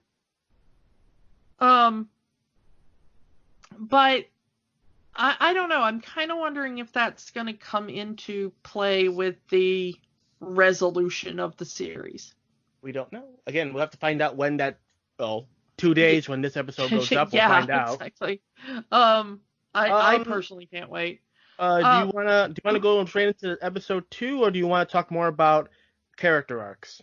Well, no. I mean, I think episode 2 really does set up. The thing I was going to say is the way they treat Mike in that first episode. Yeah. I think was the appropriate way to film this 2-parter. Mm-hmm. Because the second episode is very much based on straight up action. Yeah. They are grabbing guns and shooting people and dealing with rebels and, a few people die. Episode 2084. And we find out at the beginning, the end of episode 1, that they have an 084. We don't know what an 084 is, but we find out that it is a device of unknown origin. Coulson says the last 084 he saw was Thor's hammer. Yeah. It ends up being some kind of laser embedded in a Mayan temple or something. Aztec temple. Yeah, they say that it has Tesseract technology, and they do mention that it's a Hydra weapon. Yeah. Hence the German engineering. Yeah. And they run afoul of the Peruvian government. Yeah, the Peruvian military who wants this weapon to deal with the rebels that have shown up. Yep. And an old, possibly flame of Coulson's ends up kind of. It's implied that these two were partners at some point. Yeah, but were they partners or were they partners? You know, that's classified information. Yeah, it's never really gotten into. That is my other big beef with the show, is I'm really sad that they don't really get into Coulson's love life. As much, like, you know, I know that they did the thing with May, and, you know, he's got some flirtations and stuff, but, like, you know, Coulson's an interesting and charismatic man.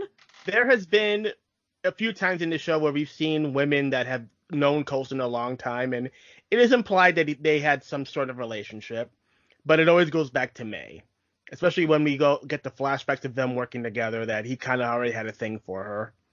Yeah, and that's fine, you know, but even though technically May was married at this point. Yeah, we never go into that. We saw that May did have a husband. Yeah, and that's fine. I mean, like I said, you know, we've seen that, you know, like Fitz and Simmons have had other romantic entanglements, even during the course of the series. You know, even Skye has had her share of men. Yeah. There was, like we said, the thing with Ward and May in the early years, you know. So everybody kind of seems to get their romantic subplots, except, like, I always felt Coulson got the short end of the stick on that one. Yeah, and like, it's implied that he had. Yeah. I really wanted to see Coulson's life outside of S.H.I.E.L.D. a little more than I did. We don't know if he even had a life outside of S.H.I.E.L.D. Maybe it was always the mission. Yeah, but that just seems so sad. They make it seem like that's May's life, but then you find out, like, no, she had a husband. And she had a husband, she had a life, she was getting ready to have a family, and then the cavalry incident happened. Yeah. And you do see the rest of them attempting to have lives outside of S.H.I.E.L.D. Mm-hmm. At various points. You know, their families and their whatever. Yeah. But Coulson always just kind of seemed left out of that to a greater extent. Especially at the end of the season when he's made the director of S.H.I.E.L.D. Like, when Fury kind of... Again, as far as they know, Fury is dead at the end of Winter Soldier. But he kind of shows up and gives the director job to Coulson. So now he's even more busy than he was before, because now he's full-on director. Yeah, right before Fury goes off to Tahiti. It is a magical place. And that lasted, like, not even a few months before Age of Ultron comes in, and Fury's back with S.H.I.E.L.D. But I don't know. I think that is the one unfortunate thing about this series, is that Coulson is such an interesting character, and I think that early on, especially in the early seasons, they really tried to make Skye the main character. Yeah. And I was not about that. I can see why, because, again, she is this young woman, and they wanted to have a young audience. Well, it's also because Joss Whedon can't do anything without a young, hot, superpowered waifish chick. Yeah, just go through every single one of his shows. Buffy, go through Dollhouse, go through Firefly. Yeah, even in Angel, you've had Fred, who turned into that character. Yeah. I'm going to say, for people who watched Angel back in the day, I thought that they were going to reuse an intended plot from Angel with Coulson at the end of season 6. Because they set up most of season 6 as Coulson's body has returned, and perhaps the body still has his memories, but also there is a superpowered being in it.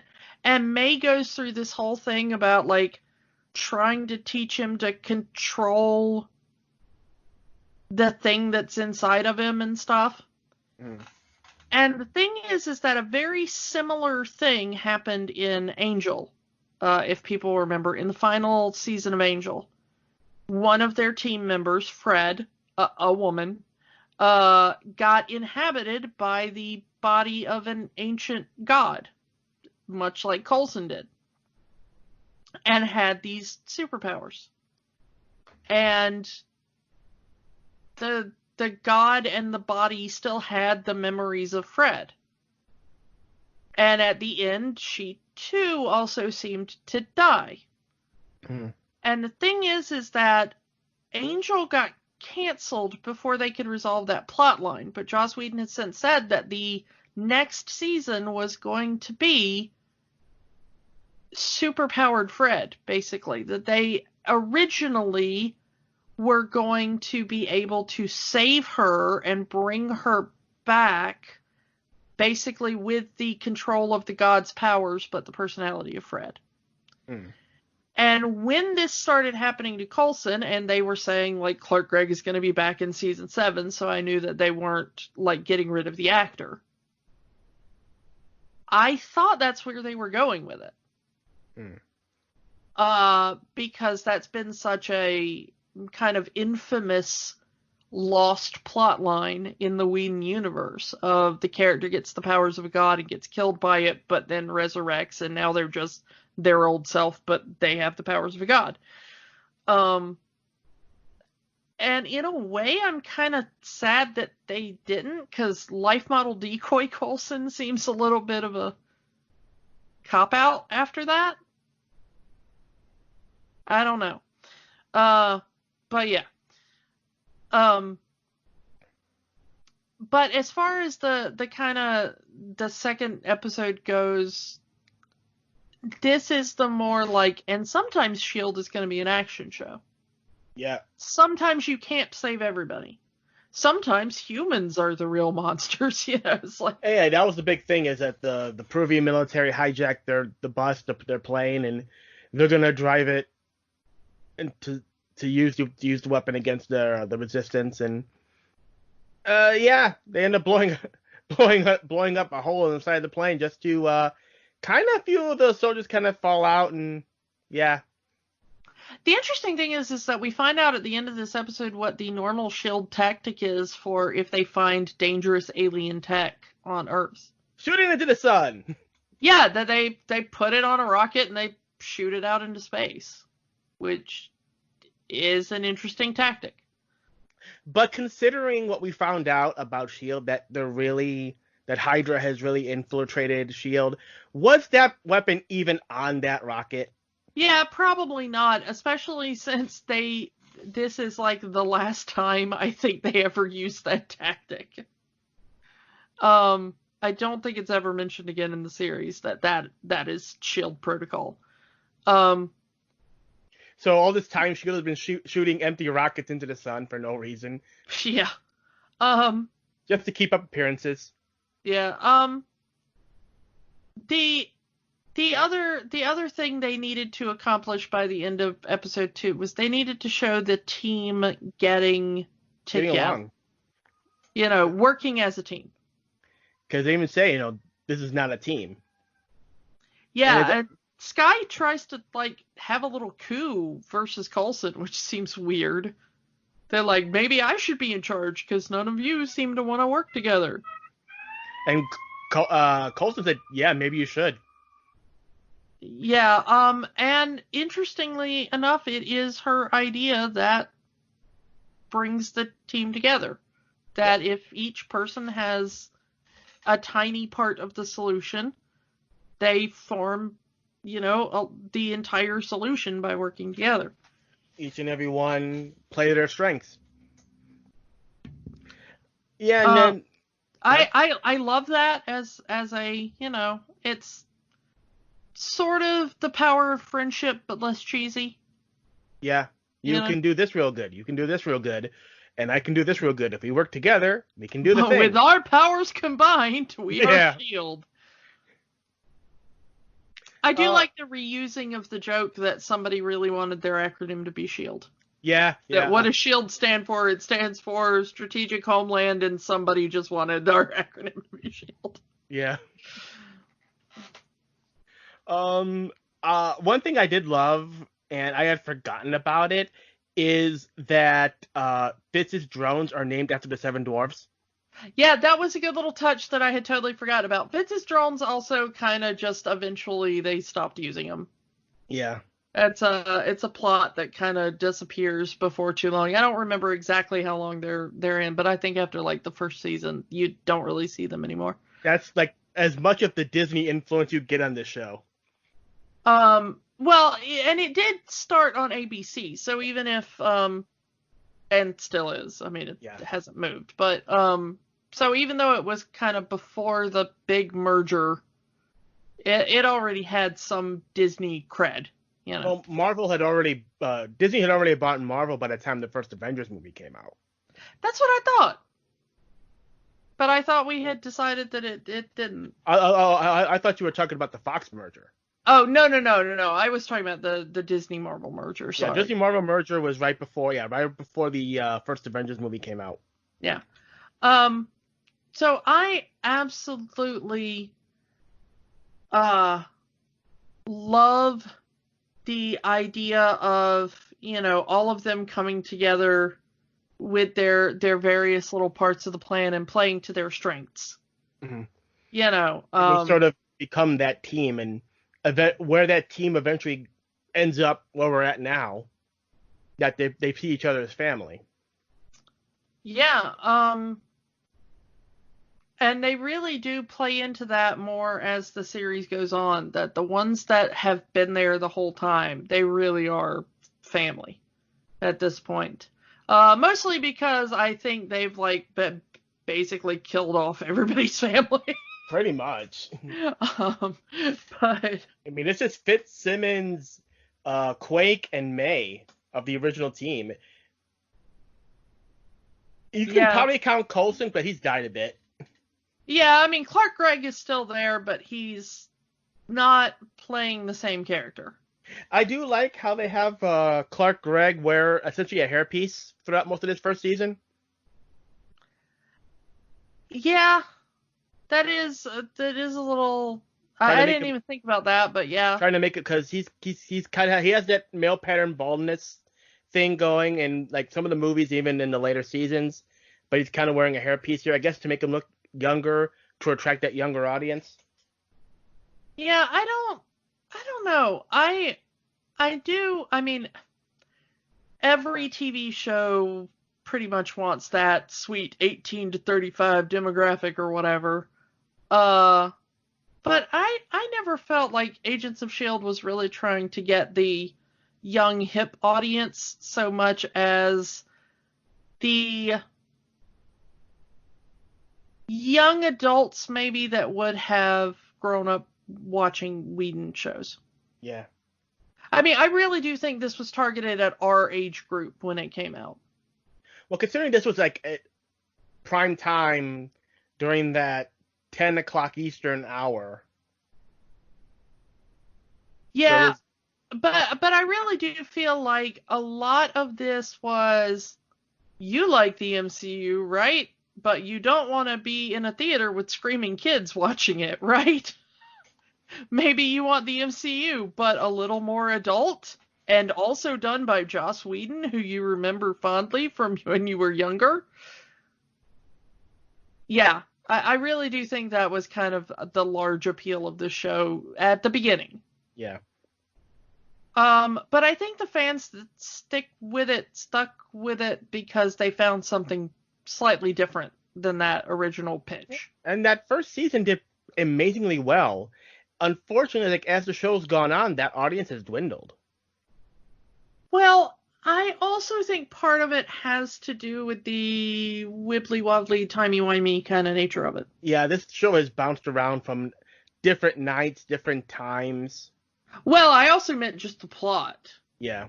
It is All very over the place difficult to explain the plot of S.H.I.E.L.D. When this first came on, my father watched it as well.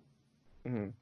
And then very quickly he was like, and now they're on a different planet, now there's a different timeline. I don't understand this. So I think it takes a very specific type of viewer to, I'm even the perfect target audience for this show. And even I forgot half of it. Yeah. Looking back for this episode, I was surprised at how much I'd forgotten and oh wow, I didn't even remember that character was on there. There's that whole series where they have what's her name, Mockingbird and her husband or something like that. And I'm like, boy, I did not even remember that really bad Wonder Woman was in this. And she was supposed to get her own spinoff, and they canceled that. Yeah, I'm glad that they didn't because, they were awful characters. I'm sorry, those characters were boring as crap. And now she's on the Orville. Yeah, and she's boring on the Orville, but at least they do more with her character. I'm sorry, I don't particularly like the actress. I think she's boring in everything she's ever been in. Either boring or terrifying like she was in the failed Wonder Woman pilot. I still have nightmares. Yes, Adrian Paleki. Yeah, I am particularly not a fan, and I just think it's a snooze fest whenever she comes on. I do like some of the eventual members of the team. I really do like both Mac and Yo-Yo. Yep. I specifically like Yo-Yo. I think she's a really good character. Another Inhuman that they picked up along the way. Especially having a character with a very, very adamant accent. Not just a British accent, but a Hispanic accent. Yeah, Colombian character. And not like a Colombian American. They picked her up in Colombia. She had to learn English. Mm-hmm. Which I thought was interesting and perhaps important thing to portray on television, Another character I really liked was another one of Quake's love interest, Lincoln Campbell, another Inhuman. Yeah, Lincoln did have a bit of an interesting arc. And it looked like he was actually, he really did care about Sky or Quake, but it's the weaknism is that no character can be happy. So let's kill him off. Yeah, they got a little too, a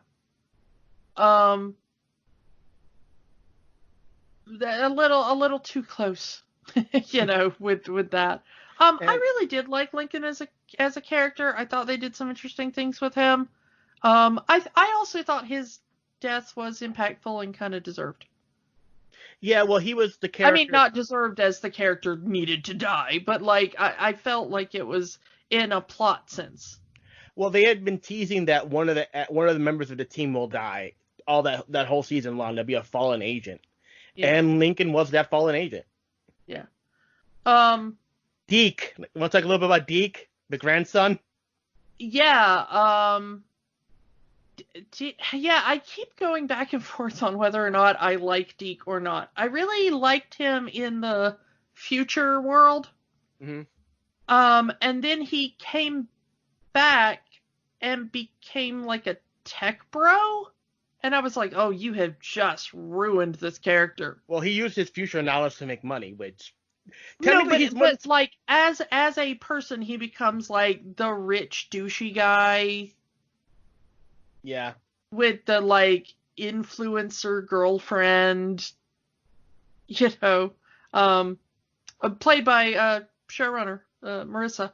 That's actually her playing his flaky little influencer girlfriend at the beginning of that season. Mm-hmm. I like his dynamic with Fitz and Simmons. that he always wanted a family, and now here are his grandparents, and Fitz and Simmons are not ready to be grandparents. Yeah, they haven't had kids yet.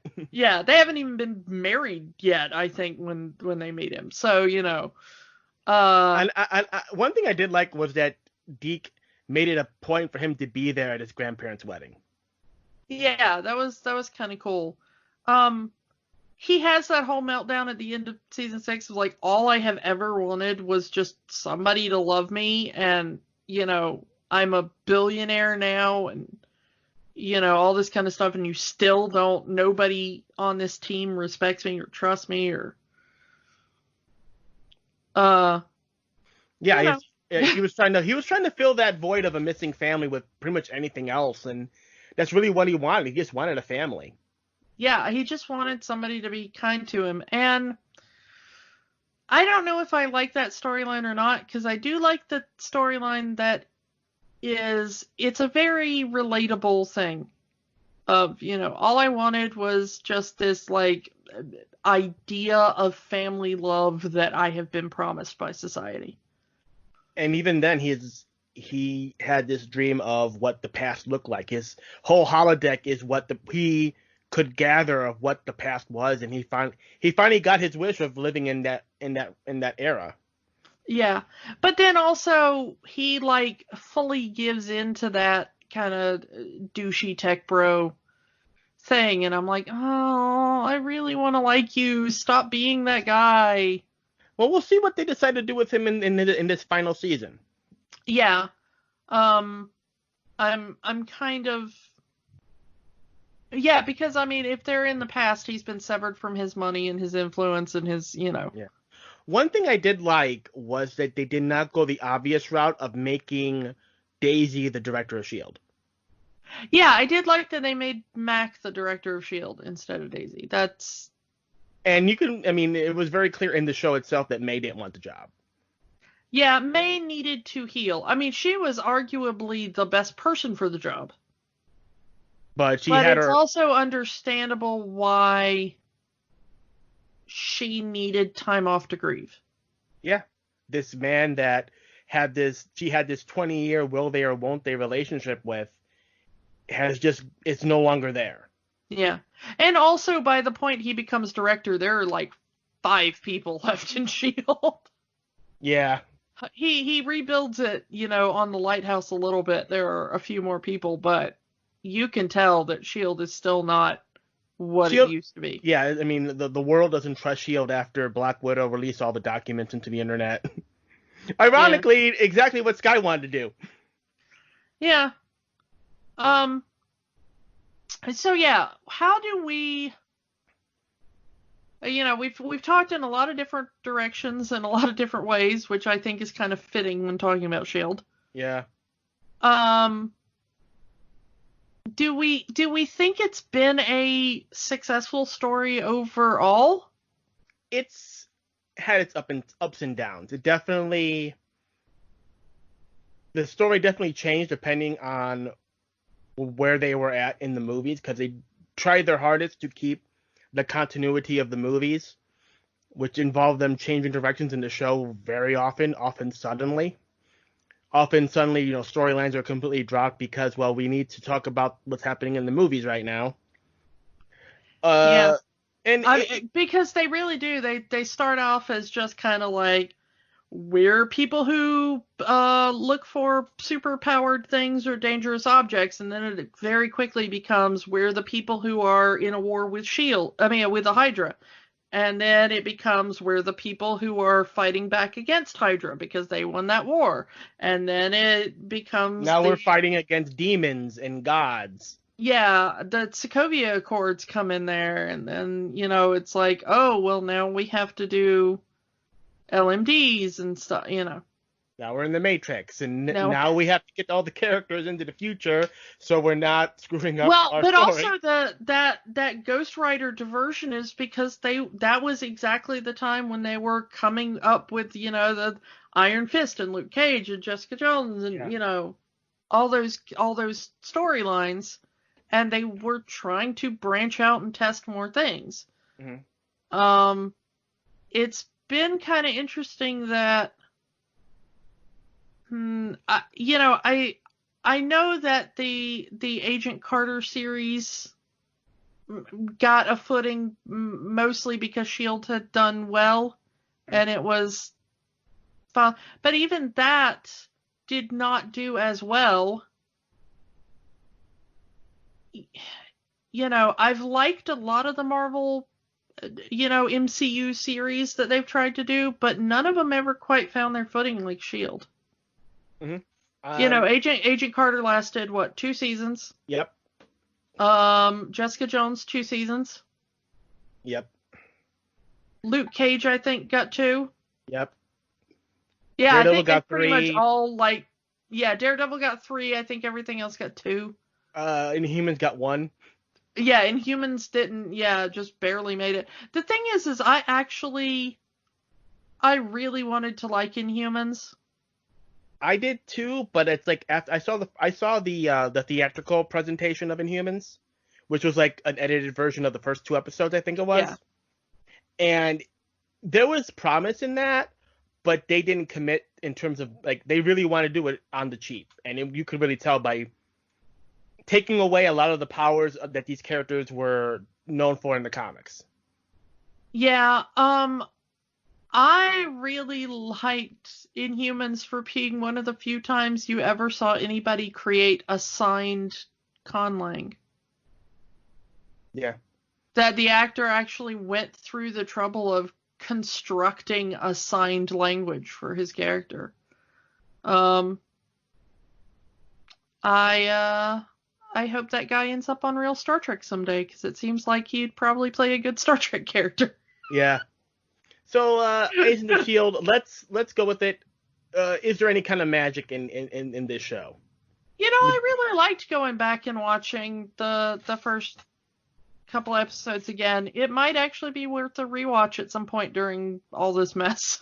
Yeah, and there's a lot of people who kind of dropped off after that during this first half because it just, for a while, it was just spinning its wheels, and they kind of had to because, again, they couldn't really do their big reveal until it happened in the movies. Yeah. But once Winter Soldier happened, to me, that's when the show really started to get good. It hit the ground running, and in my opinion, it didn't stop. Once they were allowed to kind of become their own thing and weren't absolutely hampered by, we need you to do this storyline, but you have to wait until we release the movie. I think it picked up a lot. Yeah. When they're able to spin off into Hive, even. Yeah. When they're able to spin off into, other planets, bringing the Kree in. And then we find out how Coulson really came back from the dead. Oh yeah, that whole, we didn't even get into, the actual resurrection of Coulson. I guess we can do that really quickly, and they kind of wave it off in the first episode that, oh, well, he just got stabbed in the heart, he was in the ICU, they send him to Tahiti, and then you have Hale going, he doesn't know, does he? He can never know. And by the end, we find out that he was an experiment with Kree blood. And they brought him back to life. They forcibly brought him back to life. Yeah, he didn't want it. Please let me die. I remember that line. Yeah, and they had to implant all these happy memories of Tahiti, and they're like, no, you didn't die. You were never experimented on. It was a wound. It was really bad. You had to go recover. Because the trauma of having being resurrected, pretty much. Yeah. And I did like that storyline. I think that was probably the best they ever got with Coulson, really delving into that and discovering that even Coulson had a breaking point. Yeah. And it does make a lot of sense of why he eventually decided to just kind of, when he's like, well, I'm sick and, no more resurrections. Let's let me die. Yeah. It makes it makes it more meaningful because you understand why he would stop fighting at that point. He had been fighting for a while. I mean, it was done. And Yeah. how many near-death experiences has he had since his resurrection? Yeah, that too. And we also find out at the end of season 6 that Shield has done it to him again.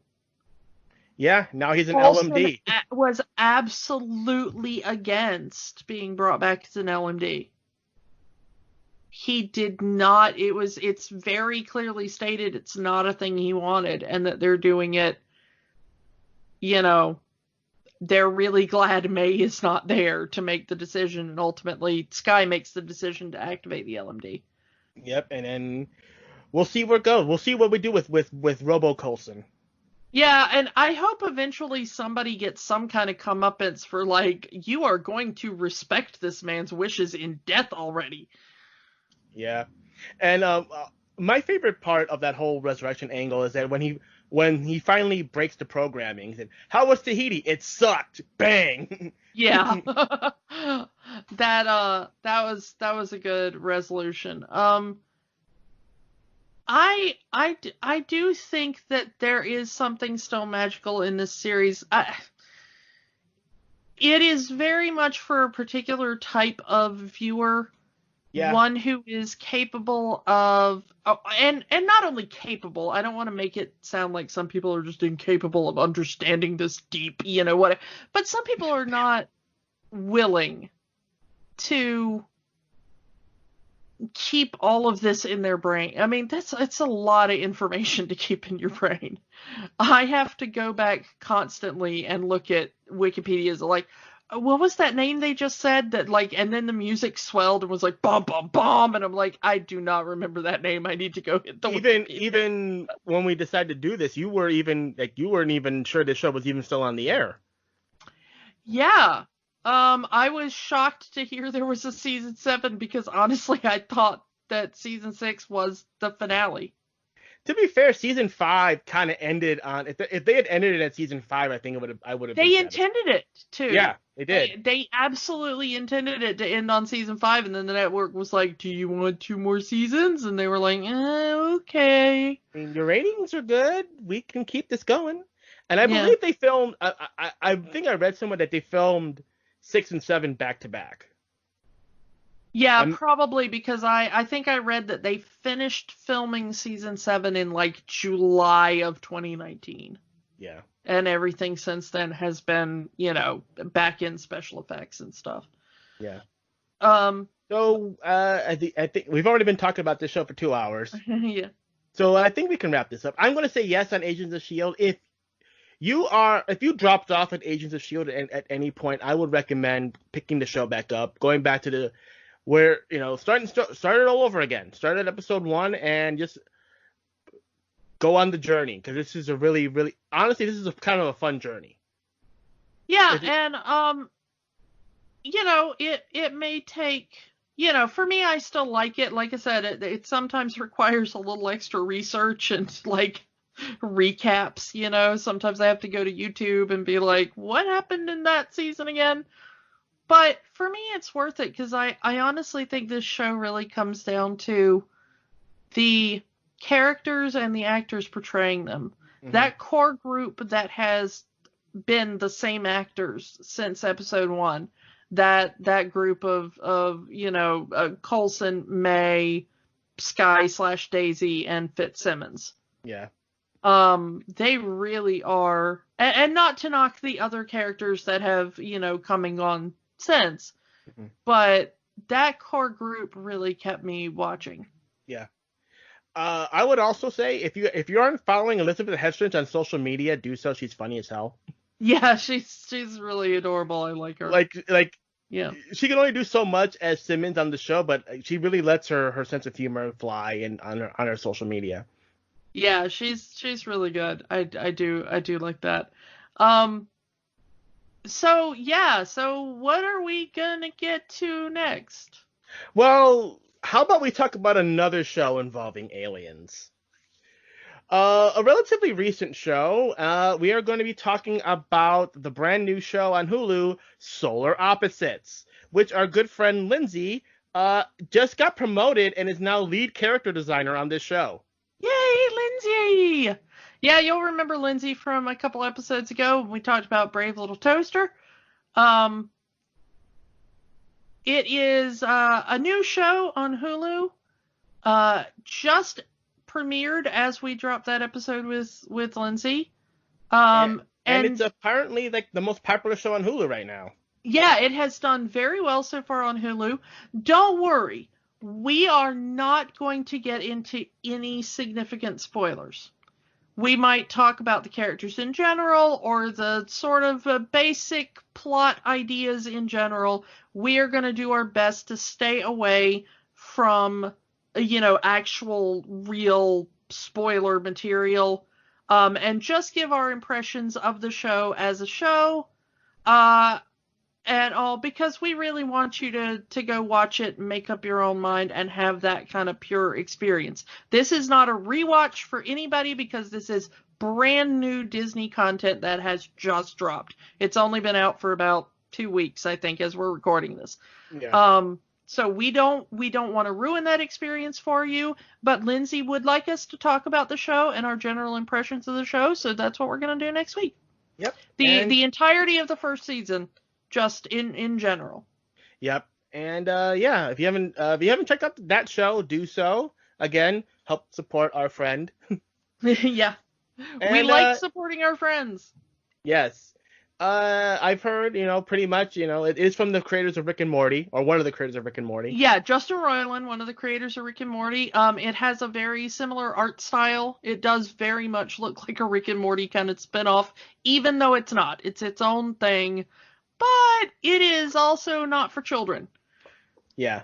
It is an adult themed show. One of those not adult, but it's not meant for little children. I recently listened to the Kyle and Luke podcast about it, and there's a scene in there that that's definitely not for children.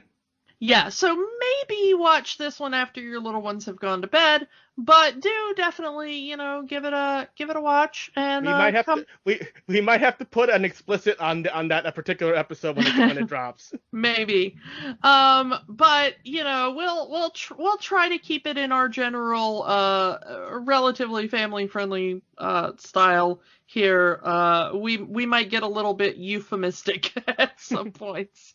So yeah, if you haven't yet, and by the time this gets out, the new season of Agents of S.H.I.E.L.D. is out, and if you want to talk about that with us too, go ahead, drop a comment. Yeah, hit us up on Twitter or Facebook. We are always happy to hear from you. We like seeing your comments. If you have a request for a future episode, drop us a line. We'll try to work it in when the schedule gets. Interestingly, our schedule is becoming kind of full. We're actually plugging right along here. We've already got several more months already planned out and some stuff toward the back half of the year. We're going to keep doing this as long as you keep wanting to listen to us.